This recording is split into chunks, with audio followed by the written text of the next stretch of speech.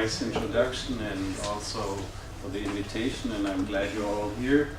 I hope you can hear me around the corner there, and just speak up if anything needs to be done during my talk, like opening a window sometimes or similar. As Oren was saying, I'm my field of research is internet-based research. So the talk will be a little bit about how that can be done, and I hope it will be useful for you. Much of what I'm saying is also useful in teaching, and I like to see what we do with the internet can be used in research, but also in teaching, and how that integrates, I think, is very important. So I'm not doing this alone. I'm working with a number of people. These are people in my group and former collaborators. And here are the two main themes we have in our group. The psychology of the internet, and that includes communication, things like anonymity, privacy, social exchange, and also how to use the internet to conduct studies. And there are various types of studies, experiments that we use a lot in psychology, but they are also important in other fields like economics. And I know there are some researchers in education who also use experiments. For example, if you give one group of students one type of method to learn and another group a different type of method, and then you later check what was better, that's basically an experiment. And we also study surveys, non-reactive data collection. That means any corpora of text, for example, that was created on the internet can also be studied, and test apps and other software. This is our website. The address is up there. If you want to take note, you can see links and materials to much of what I will be presenting here, and you can go by yourself and find maybe some useful tools and things to do. We also have a Facebook page, and if you want, you can like that.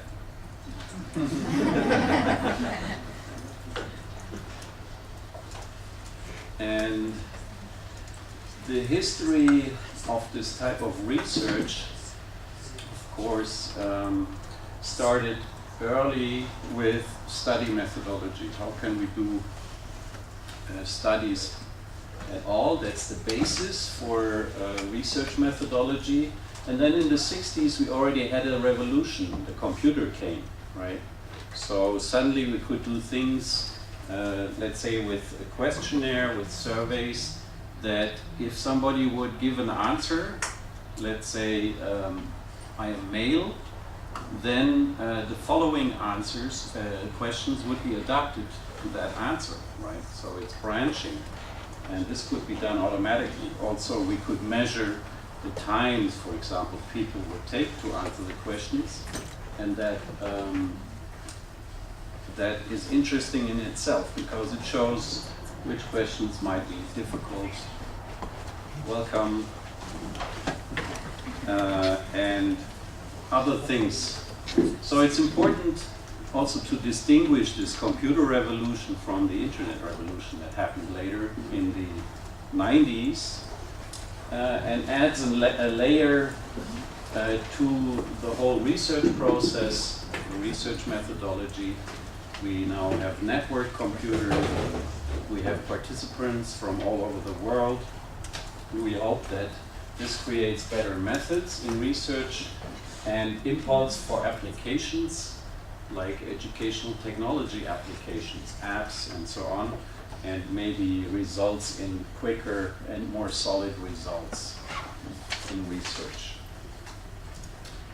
This is an old slide where we studied the number of internet-based experiments or web experiments, how many would appear, how many would be run on the internet.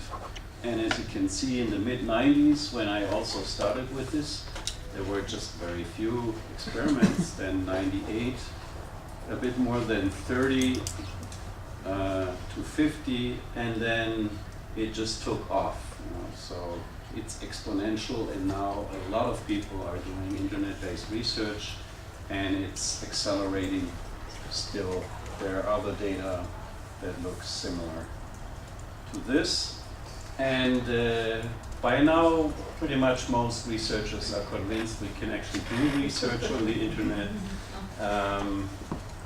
In the early days, and you might know that there were a lot of skeptics. So they were saying, "Oh, data on the internet, they are not as good as in the laboratory," and so on. Now, if you look at daily activities of researchers, you can see that the internet changed most of these aspects, most of these activities. And I'd like to also take this slide always as a moment to think for yourself. We are the generation who know, maybe some of you not anymore, but we know the time before the internet and during the early period, and we can compare. Others will not be able to compare in the future, right?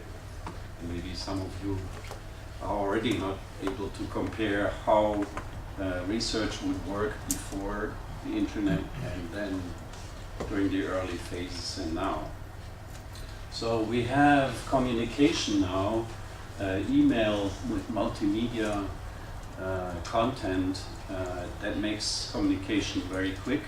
We can collaborate over long distances, send papers back and forth. We have online reviewing, online applications for grants. You know, there is a revolution in publication, the publication business. So many journals just appear online now, electronic journals, and this whole field of publishing is revolutionized. It integrates with I-learning. I like to call it I-learning, internet-based learning versus, CD-based and so on. So students can, within courses, design studies, run them, and then learn a lot by doing that.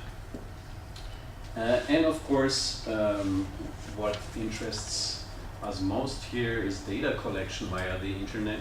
And the various subtypes, for example, experiments, online interviews, and surveys that have all changed, these methods, because of the internet. And there are special things we need to consider when we do this type of research on the internet. Also, maybe some of you use site you like. Anybody knows this? It's an online service where you can basically put your references, and you collect your references and add tags to each publication, and you can share this online repository of bibliographies with others. And so it's a community effort if you want, but it's very useful on an individual basis. It's a free service. There is also now increased access to and participation in science, in research.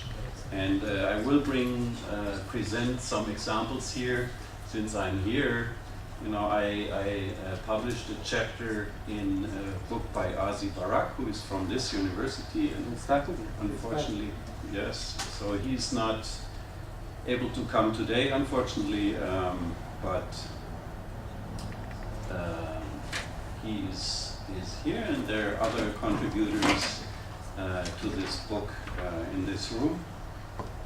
And this is a very nice book that was published in 2008. So one very early example of how people from all over the world could contribute to research and science was this telegarden that was done in the mid-90s. It was a real garden in Los Angeles, run by botanics there at the university.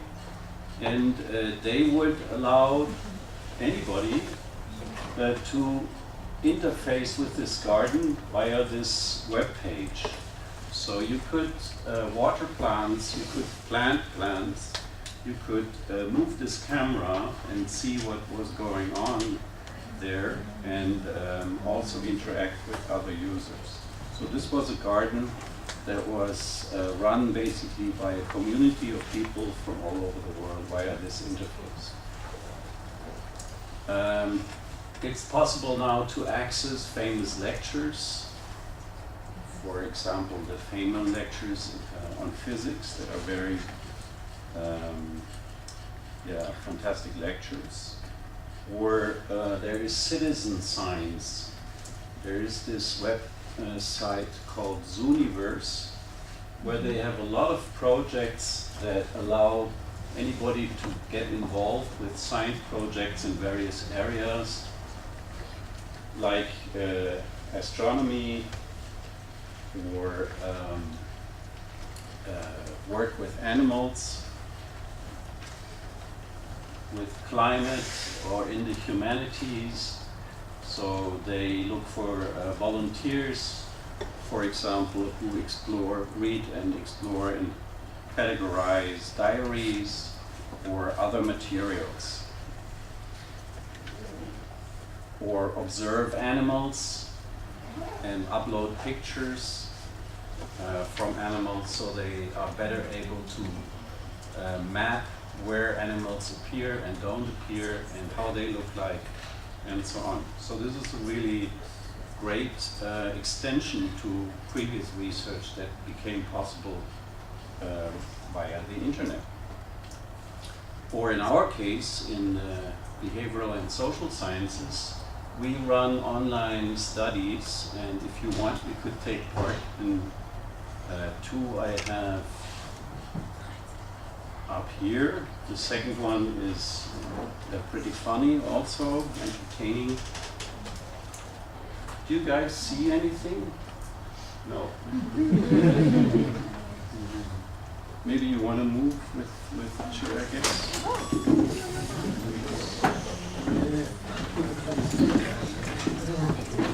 I can also turn this a little bit.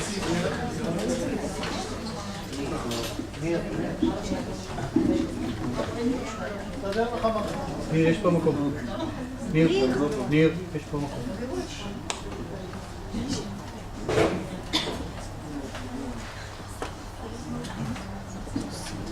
So if you don't have enough time to write these down now or take a picture with them, you could also send me an email and I'll send you the links. We also offer a number of tools for researchers, for those of you who do research. They might be interesting, and they are all accessible via this portal at iscience.eu. Short address, and you can go there and access these tools.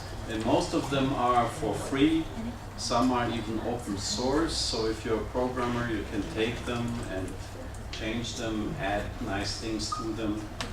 And I'll briefly show you what type of tools we have here and show you some examples. So here are two web experiment generators that allow people to generate little experiments. So that basically means if you want surveys that have some kind of variation. So it's the same survey, but let's say the format of the question changes, and you later compare the two versions. Next week I will be giving a workshop at Ben Gurion University where we will deal a lot with Wexter. May I ask, is anybody coming to this workshop? Yes. Then there are some sites where we can find participants for studies, for surveys or experiments. And anybody who creates a survey could then go, for example, to the web survey list and fill in a form, put the link there. If you ever want to run a survey on the internet, you could do that. And then there is a steady stream of participants, of people interested in participating in such surveys, who come there and might take part in your survey. There are other tools for analysis, or there is a big 5 personality test that you might want to add to one of your studies. You know, this is a test that determines whether somebody is more introvert or more extrovert, or open to experience, or a bit more down to earth. And that's nice to sometimes correlate results from other surveys you have with personalities. So it's interesting to see whether people who are more introvert do things in a different way than extroverts, or whether they have different opinions and so on. This is how Wexter looks like. That's the one experiment generator. It has, this is a bit outdated now, about 4,000 users, and is used quite frequently for creating experiments online. The questionnaire checker is a tool that's also useful in teaching students how to create good questionnaires. For example, a typical problem that often appears is that people would ask for 2 concepts within one item. So like, how in your town, how do you rate the performance of the fire people and police people, right? So you're asking for 2 different groups, 2 different occupations, and really it's difficult to answer such a question, right? And this tool would detect that and then alert you, oh, hey, you're asking here for 2 things at the same time, there might be difficulties, reconsider. And there's this big 5 personality test. It's available in different languages, not yet in Hebrew. If somebody is interested, you know, tell me, and we can get a translation going here. This is a tool that runs on ICQ. That's an instant messaging program that was invented in Israel.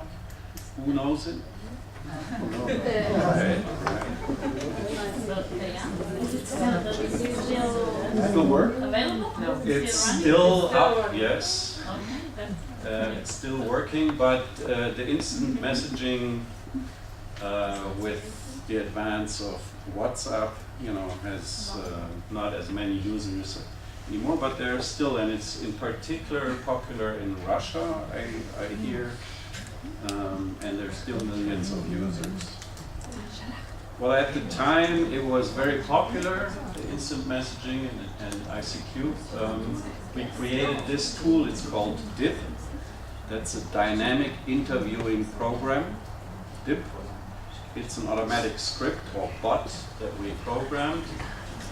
And as many of you might know, that ICQ had this online list of people who had ICQ, and you could indicate, yes, it's fine if you want to contact me, I would talk to you, right? Pardon? Yes. So what we did is we said, okay, let's create this script for interviews, for automatic interviews, that will contact randomly some of these people who indicate, yes, it's fine to contact me. And we ran a study on privacy issues, and here you can see a part of such an interview. So a question is asked, this was the first question, what is your gender? And then in brackets it gives possible answers. So the person could answer male, for example. Click enter, and then, or in this case, person answers female. And then if it's one of the correct words here, the program is satisfied with it and asks the next question, right? So this was run automatically, and we had 77,000 participants within a short period of time, and could interview those, and we contacted 77,000, I must say, and of course not many responded because many people were busy or didn't want to or couldn't be reached at the time, but we still had enough for that study, right? So this is how the script looks like. It's pretty easy. I mean, it's a text file that can be edited, and you basically need to fill in the questions and the possible answers, and then you set it up and run it.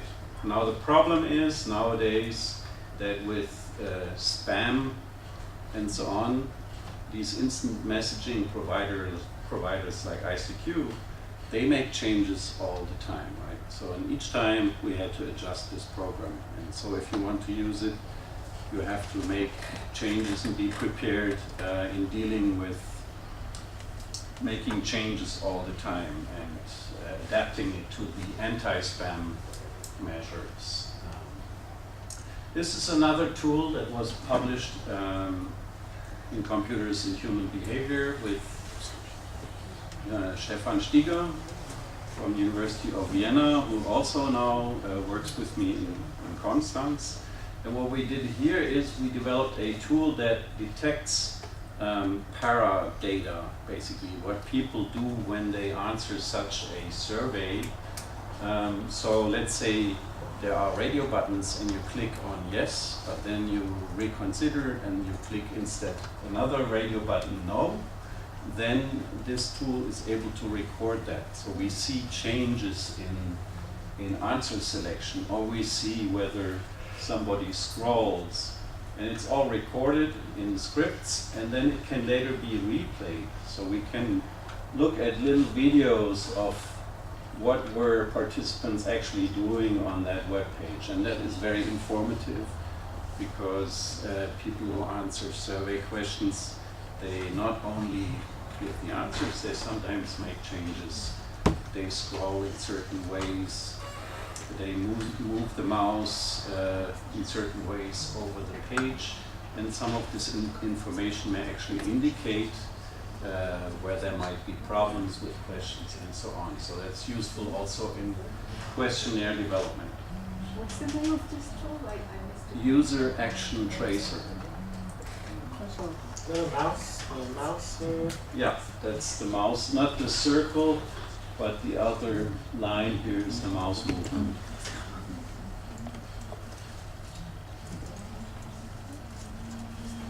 Okay, next question is why do we use the internet for data collection? And this has been studied systematically, and there are some advantages and disadvantages that are more important and some are less important. But there's main characteristics for experiments is that we get a reduction of experimental control compared to laboratory experiments where we have the participants in the laboratory and we can see what they are doing, right? And so there's more control there, and there's less over the internet, of course. But what we get as an advantage by running it over the internet with people in very different conditions, different rooms, settings, with different monitors and so on, is that if we get effects, we can generalize much better. We can say, okay, this effect seems to appear under all kinds of conditions, right? So there's always this trade-off between control and generalizability. On the web we find many participants, and that means for many effects we don't need to use statistics anymore because the effects become so obvious. So we can just report effect sizes as a consequence of that. Now these arguments are mainly interesting for experimentalists, but they also are to a certain degree important for other methods on the internet. And in general, increase we find with participants over the internet is, of course, voluntariness of participation. People who take part in a study over the internet, at any time they can say, I'm going to stop now. They close the browser window. And we already know, and there were some studies that showed it, that this tends to increase the quality of data. Because, you know, if you're in a laboratory setting and you suddenly realize, oh, I really don't like this study, then you might not leave because there is an experimenter there. It's a bit embarrassing to leave, and we actually find almost nobody leaves in the laboratory, right? On the internet, some people leave. They stop providing bad data in that case.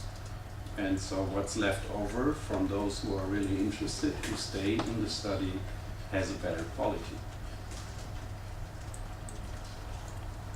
We also get access to very specific groups on the internet. That's become rather easy compared to previous times. For example, there were studies with ecstasy consumers. Many of these areas involve behaviors that are illegal or very sensitive or both, or involve behaviors that are very rare. So you would need quite some time to find enough participants in an offline setting. So there were studies with these drug dealers, decision researchers.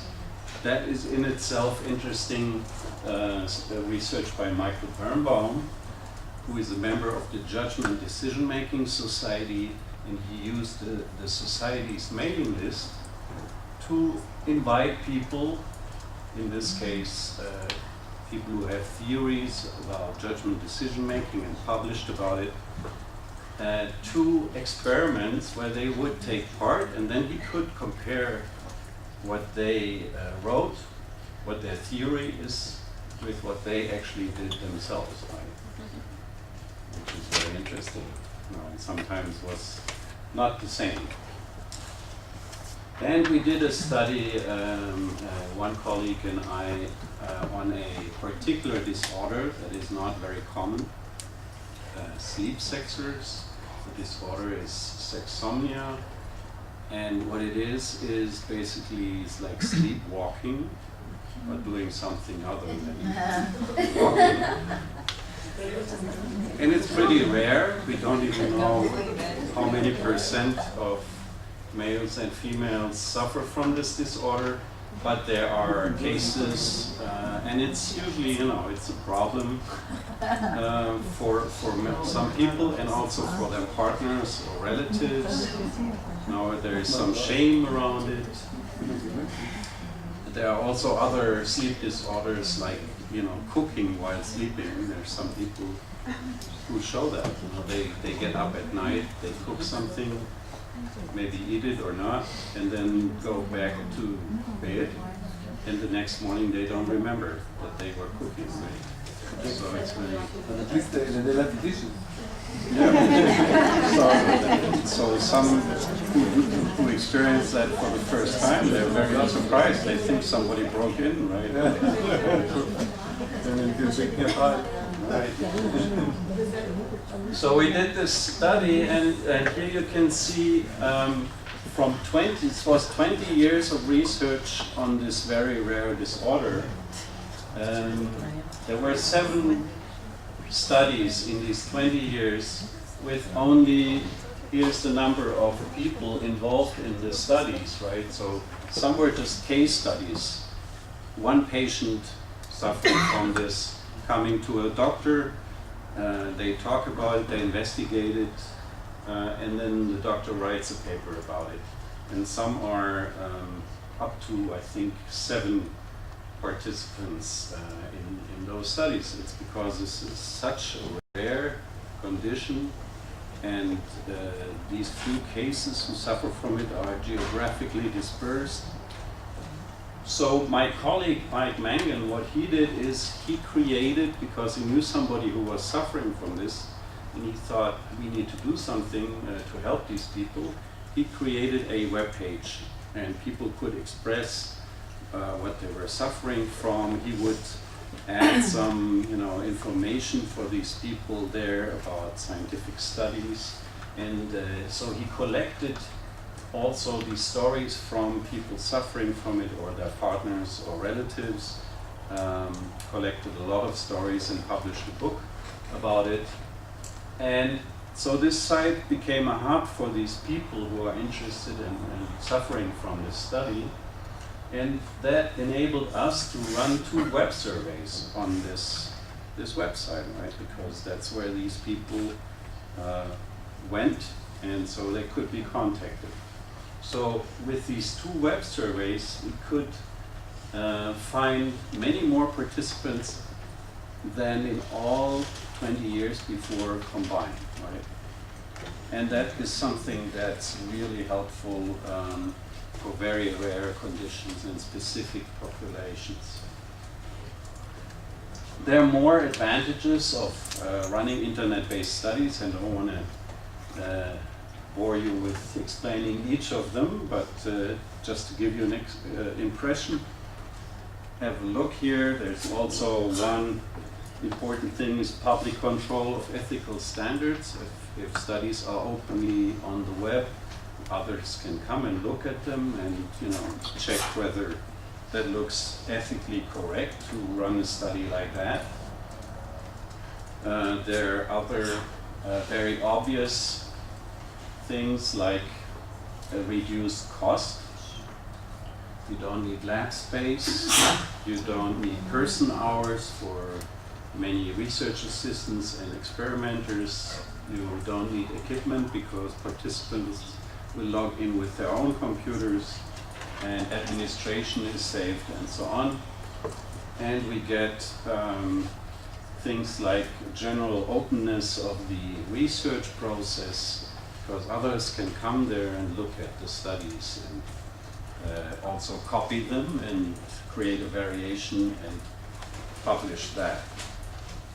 We asked very early on the first web experimenters why they would do experiments on the internet, what's the advantage, and what we found is that most people, most researchers who answered their survey agreed that the large number of participants is very important for them, and associated with it the high statistical power you get if you have many participants. In traditional research, there are often not enough participants, so the power is low. Where we are in psychology, at least, we have a big problem with that. So, if we look at these 2 very important advantages of speed and costs, in 2007, Adam Joinson from the UK and we ran a study, and that allowed us to get participants very quickly, but also to analyze the cost situation a little bit. And it's pretty much like it is said here. So for 100,000 participants we can survey on the web, the costs are about equal to 100 we survey traditionally, including data analysis. Of course, this number may vary depending on what exactly you're doing in that survey, but that's roughly the situation. Now, for the speed question, is it really more quick to do a study on the internet? I want to show you an example, because for a while people were claiming that internet researchers, we were saying, oh, we can do it quicker, and most people thought, yeah, it looks like it, but never actually tested it. So to test it, I used an opportunity when a decision-making conference was happening in the town I was living at the time. That was Zurich. And so I had all my equipment there.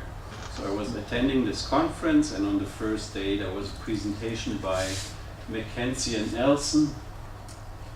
They presented an experiment about framing effects. Now, that's a psychological effect but I don't know if you are familiar with it. Can I ask who knows what is framing? Okay, not many, so I better explain it. Basically means that the same fact can be explained in different ways. For example, if there is some catastrophic event, I could talk about it as saying 400 of 600 people died during that event.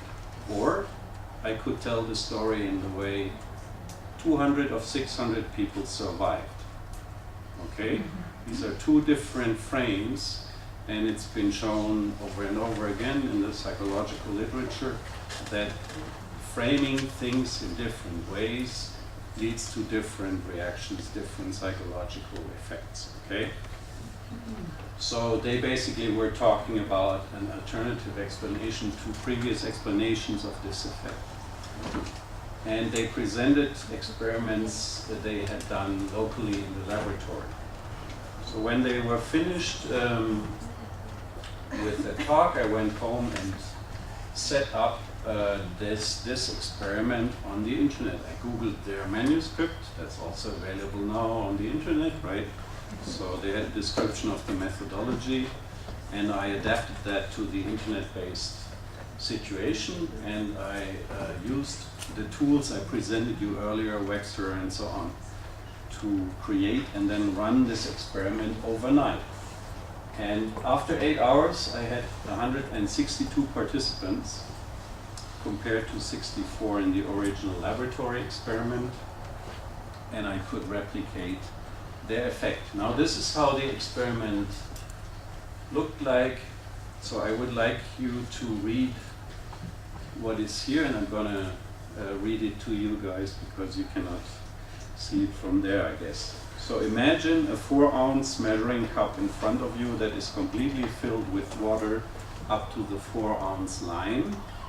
You then leave the room briefly and come back to find that the water is now at the 2-ounce line. What is the most natural way to describe the cup now? And there are two options. One is the cup is half full, and the other option is the cup is half empty. Who would say the most natural way to describe it is the cup is half full? Who would say the cup is half empty? Okay, so we have about 2/3 to 1/3, and some people who are not sure what I'm talking about. Now, there was this other condition, and I'm introducing you a little bit to the methodology of experiments here. So this is condition 2.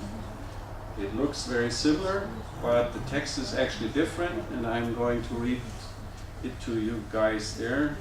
Imagine a 4-ounce measuring cup in front of you that is completely empty down to the 0-ounce line. You then leave the room briefly and come back to find that there is now water up to the 2-ounce line.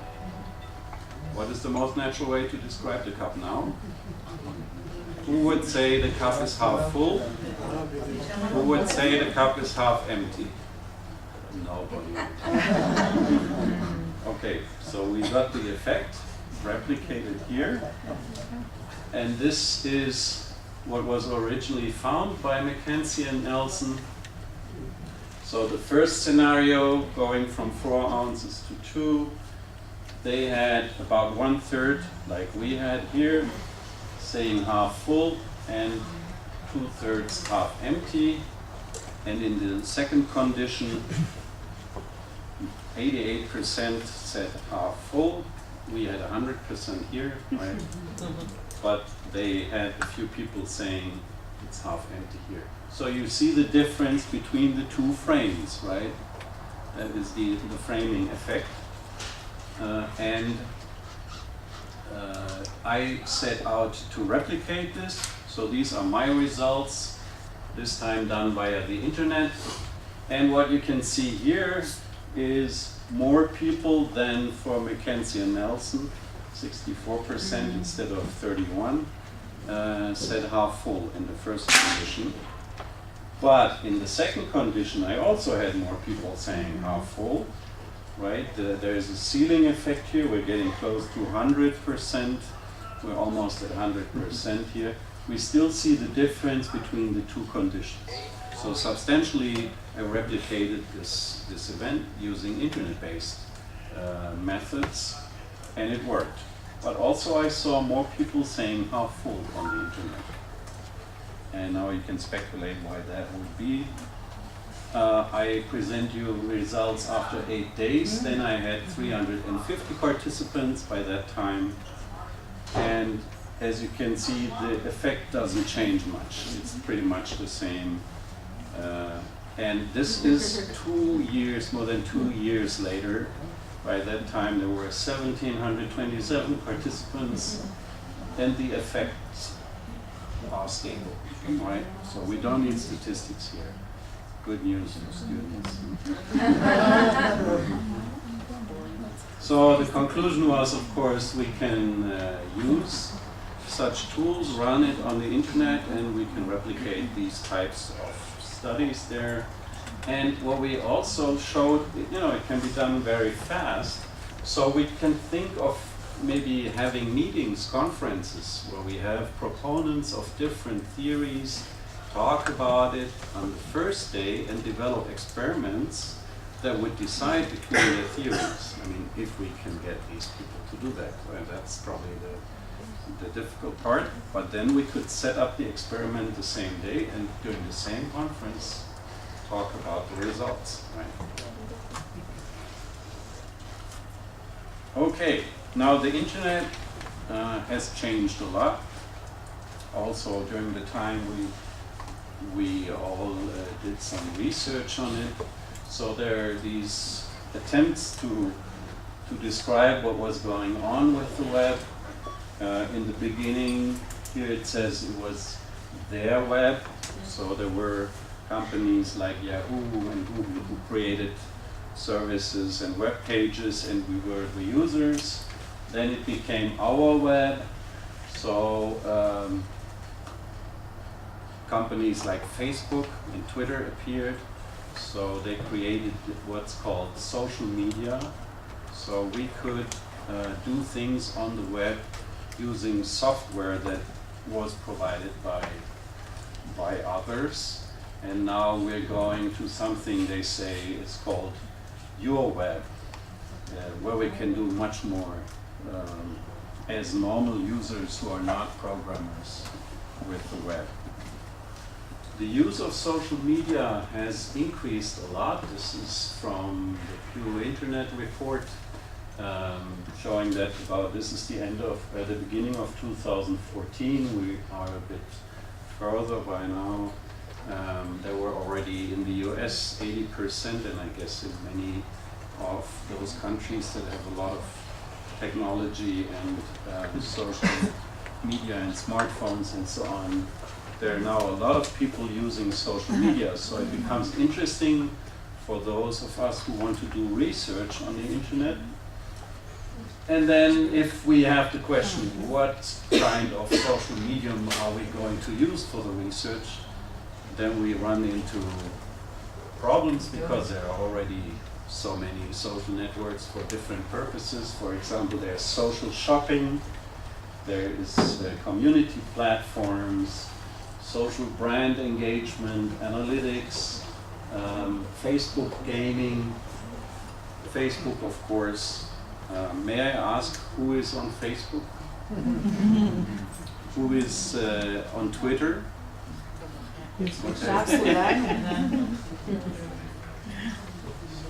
There are different ways of trying to categorize social media, discuss, share, publish, social games, microblogging, and so on, live streaming. And the question is, I mean, in terms of quality, for us who want to do research, what are advantages of now going to social media?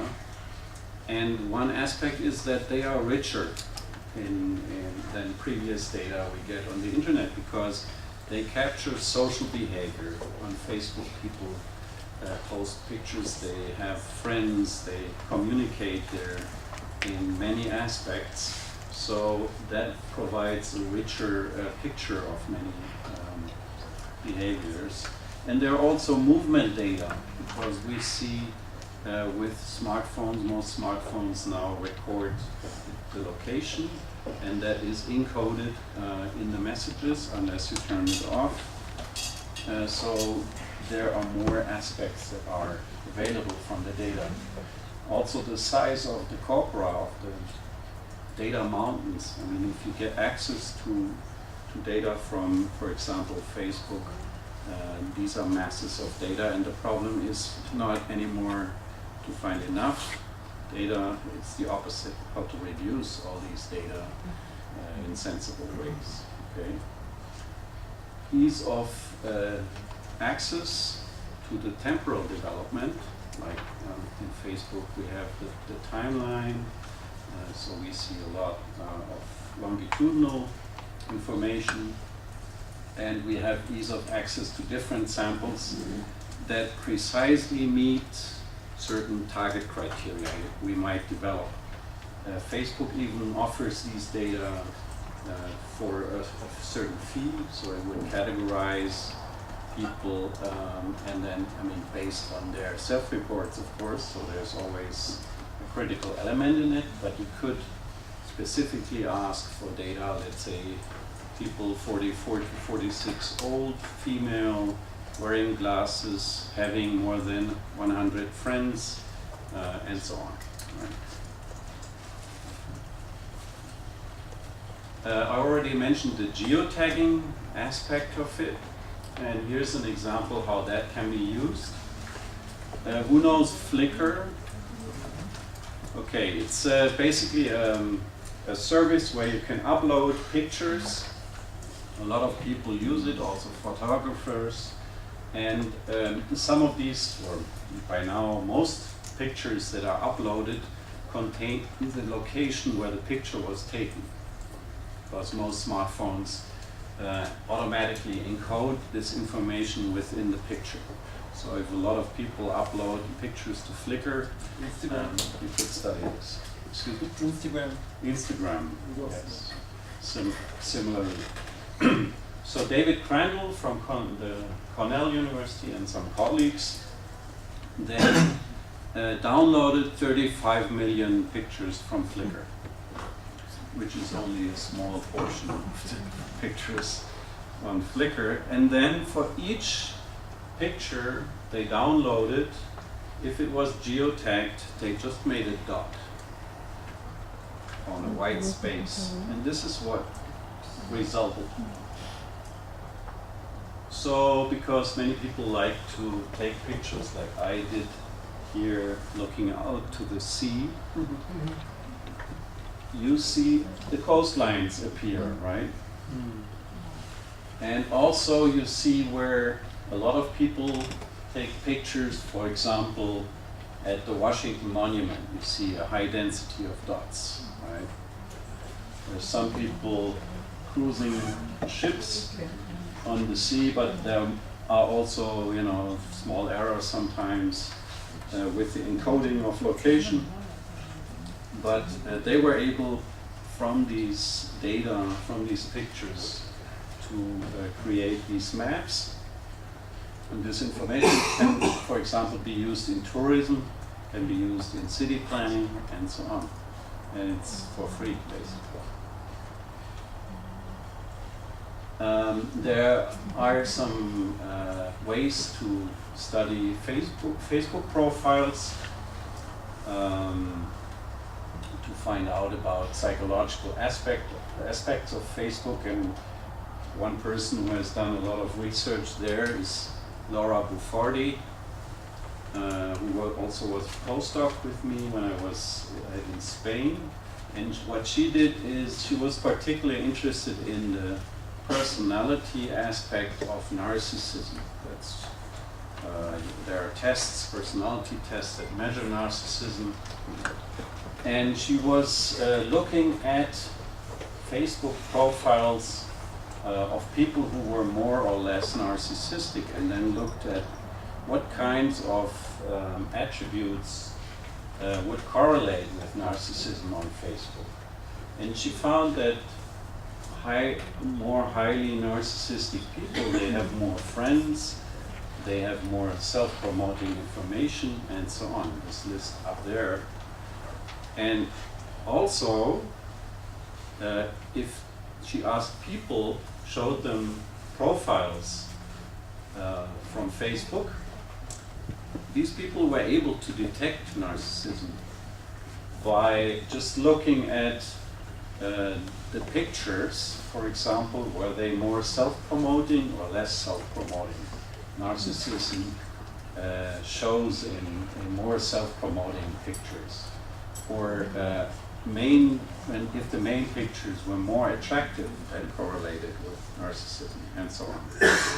So this is a type of research that can be done now with social media. If we have these tools to do research online, let's say a lot of people use survey tools like SurveyMonkey, it's a popular survey tool, or our Wexter, then we can also look at the science of science, the science of research. So in the case of experiments, there are different design types of experiments. I don't want to bother you with the details, but there are different design types. And now what we can do, these are data from our online experiment creating service. We can look at what types of designs are popular among researchers, right? That's interesting information. Also, if you prepare for teaching students about experimental methods, you might, looking at this chart, you might say, okay, we're going to focus on these 3 design types, and the other ones are not so common, so it's not so important to teach those, and so on. This is one of our services where people who run experiments, conduct experiments, can go and advertise their experiments. There's a steady stream of participants coming to this site. They might read here that about some studies that are currently online, and then decide, okay, I want to take part here, I want to support science, or I want to learn something about myself, so I go there. And we analyzed all the titles and topics of these experiments that were posted in a number of years, and then created this tag cloud. And here you can see, I mean, this is focuses here on psychology. You can see what topics were most popular among these studies. For example, personality. There's No education. no education. There was, maybe it's not so popular among education people, this website. But you have public Learning. Learning is actually quite important. Yeah. Science, thinking, and so on. And we compared these data also with surveys we conducted. And within psychology, we found a correspondence. So there are areas of psychology like cognitive and social, where internet-based research has become quite popular and common. But there are other areas like neuropsychology where it's naturally difficult to do studies via the internet. So these data showed that indeed that is the case. There are not many studies. Some common errors we observe among those who run internet-based experiments and surveys, and that may be useful for you to know that you do not run into these errors. For example, what sometimes happens is related to security.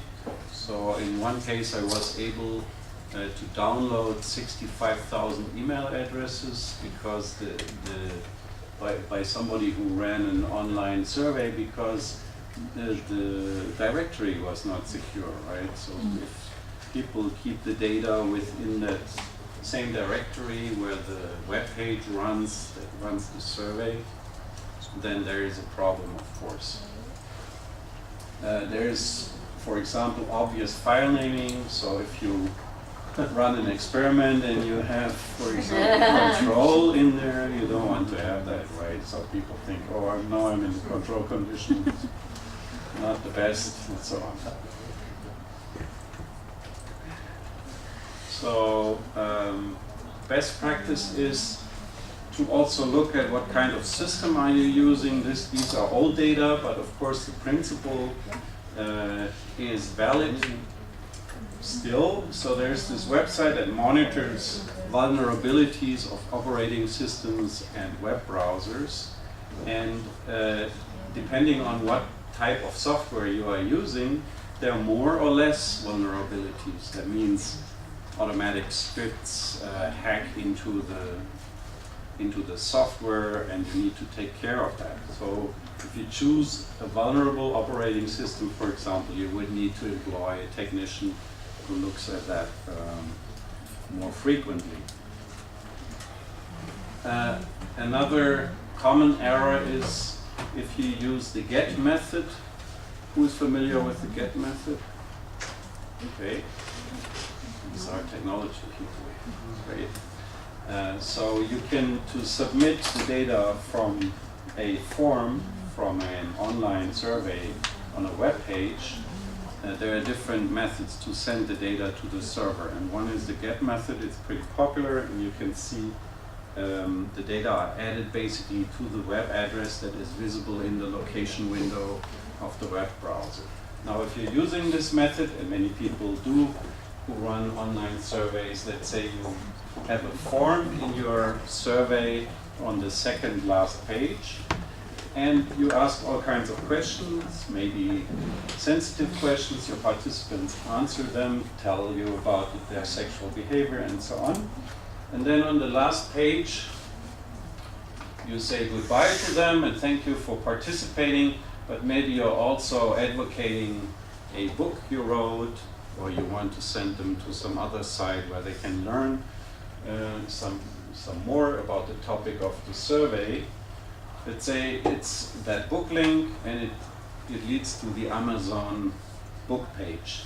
So what you would be doing here is you would send that sensitive information the participants provide on the second last page into the database of Amazon. Right? Not good. Right?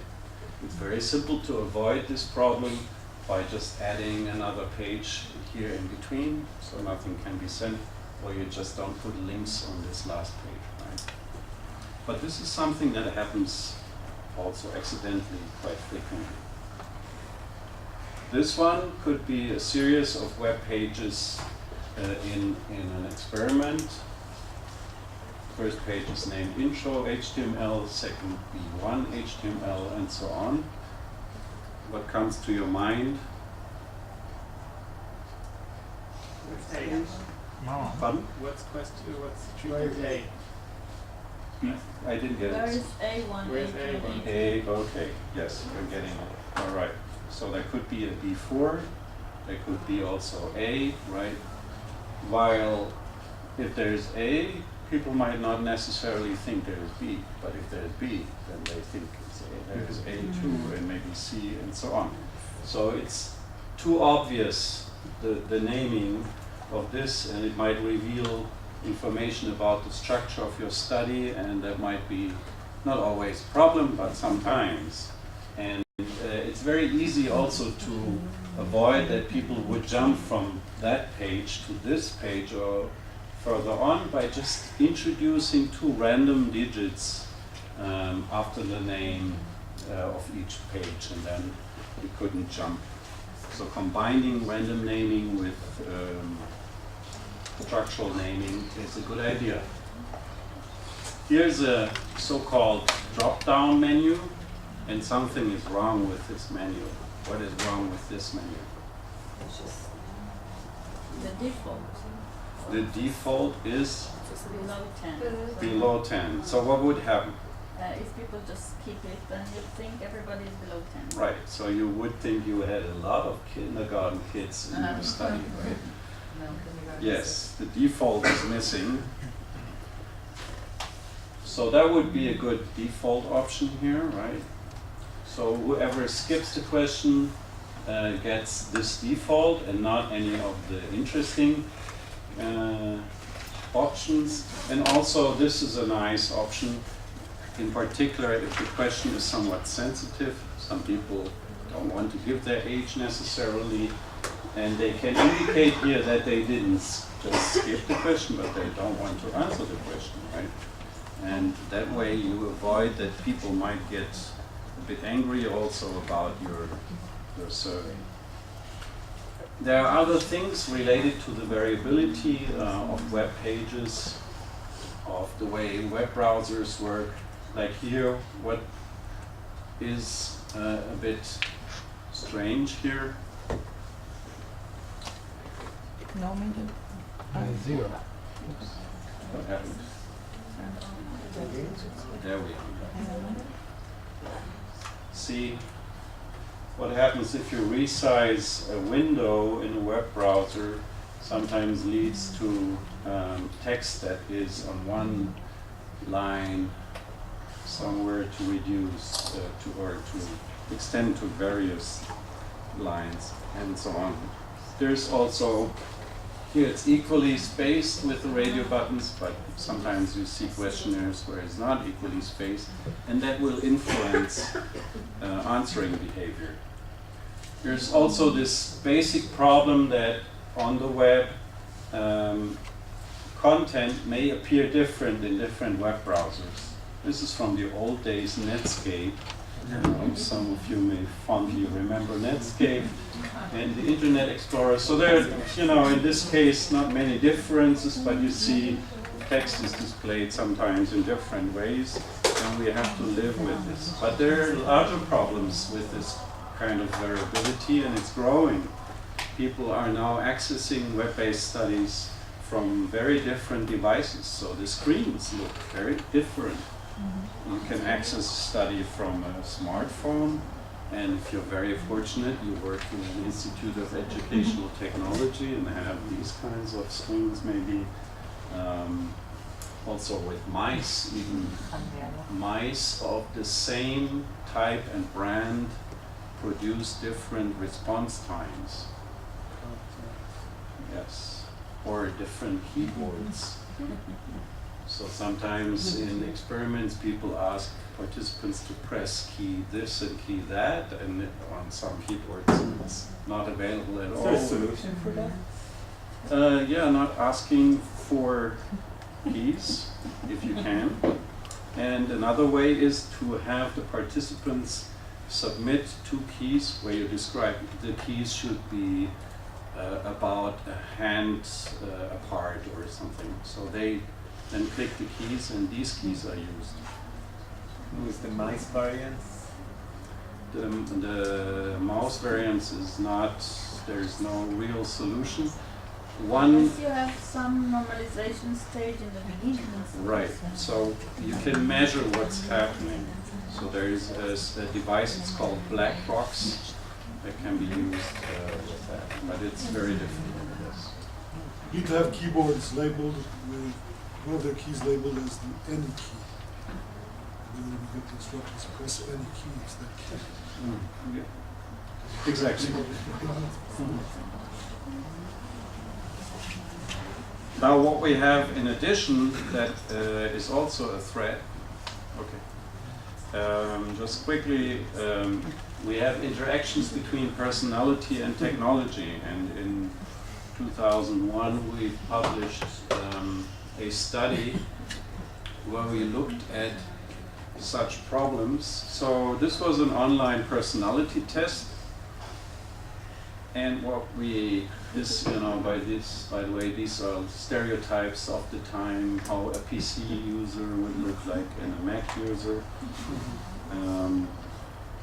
And what we found in this research is that Mac users were significantly more open to experience, which is a personality trait, than were PC users. So it means, more open to experience is more interested in art, more in more creative if you want. PC users more down to earth, doing the real stuff. And then we also found a difference in terms of JavaScript. So JavaScript enabled browsers had significantly more lower education levels. So there were differences in terms of technology that were correlated with personality. Which means, and we replicated this also, it means that if we create our study in a way using only technologies that are available to some people only, we automatically bias the samples, right? The reason for the Mac PC difference is that at the time Macs were more often used in the graphics business, in more creative occupations. People would choose that occupation and then be confronted with these computers and use these computers. And also with the JavaScript, if you are more educated, you know how to turn it off, right? But this is happening if you use only certain technologies, allow only certain technologies in running your studies, you will lose some people. And that's why the principle I recommend is the low-tech principle. It's also cheaper. If your study works on all platforms, that's fine. So some challenges with social media. If we want to run a study in a social medium, we will have to choose one or maybe several. And it has been found that different people choose different media, right? So the people here, these are two axes. These people more to the left on this axis, they are likely Obama voters. Those on the right, more Romney voters. And political engagement is higher up here and lower here.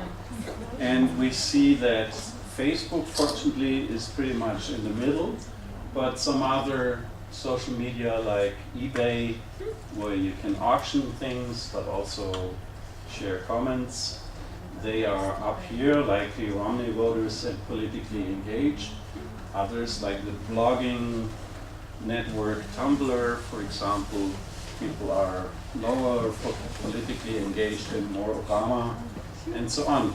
So this means if we choose a social medium for our study, we also make a choice about the people in terms of their political opinion and engagement.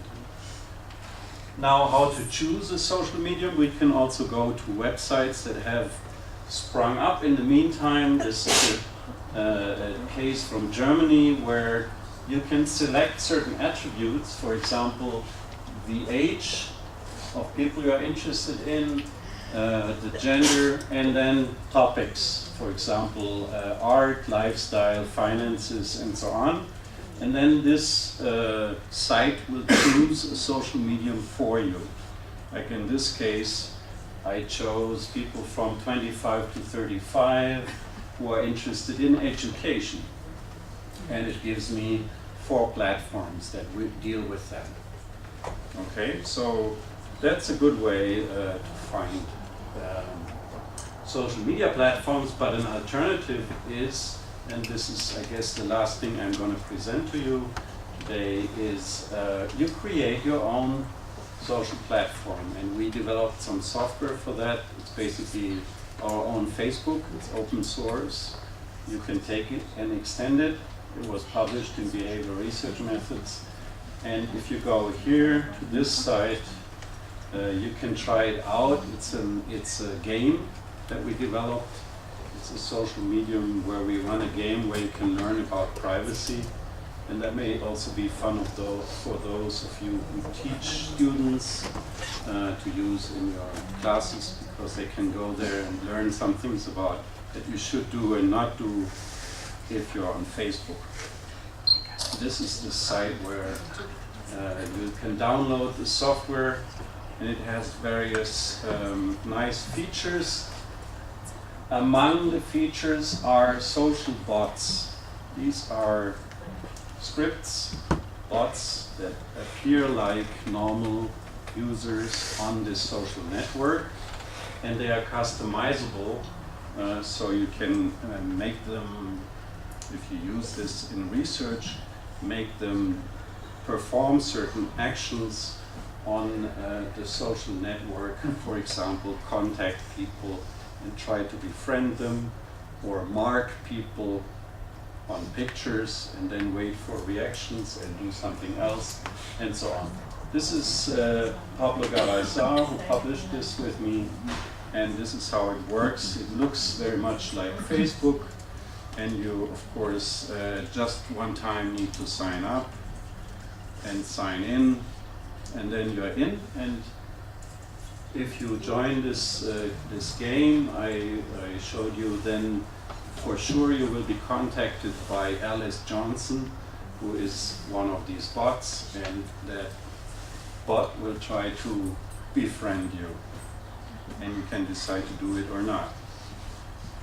Okay, these social agents, these bots we have there, they are stateful, so they will remember previous interactions with a user, and that's very nice.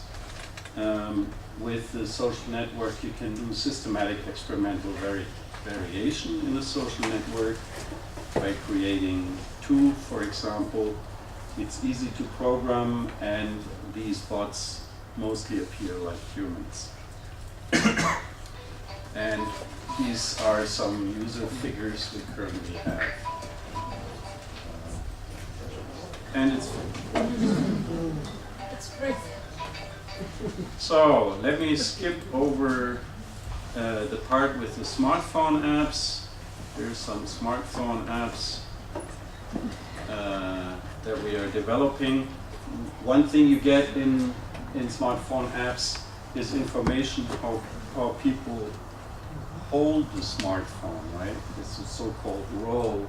Is it more to the left or to the right, and so on. And we correlated this with what they stated. We asked them to rate their well-being during several days, and it correlates. You know, that's what you would expect from research on depression, for example. You know, where people tend to lean over a bit more if they are depressed, and so on.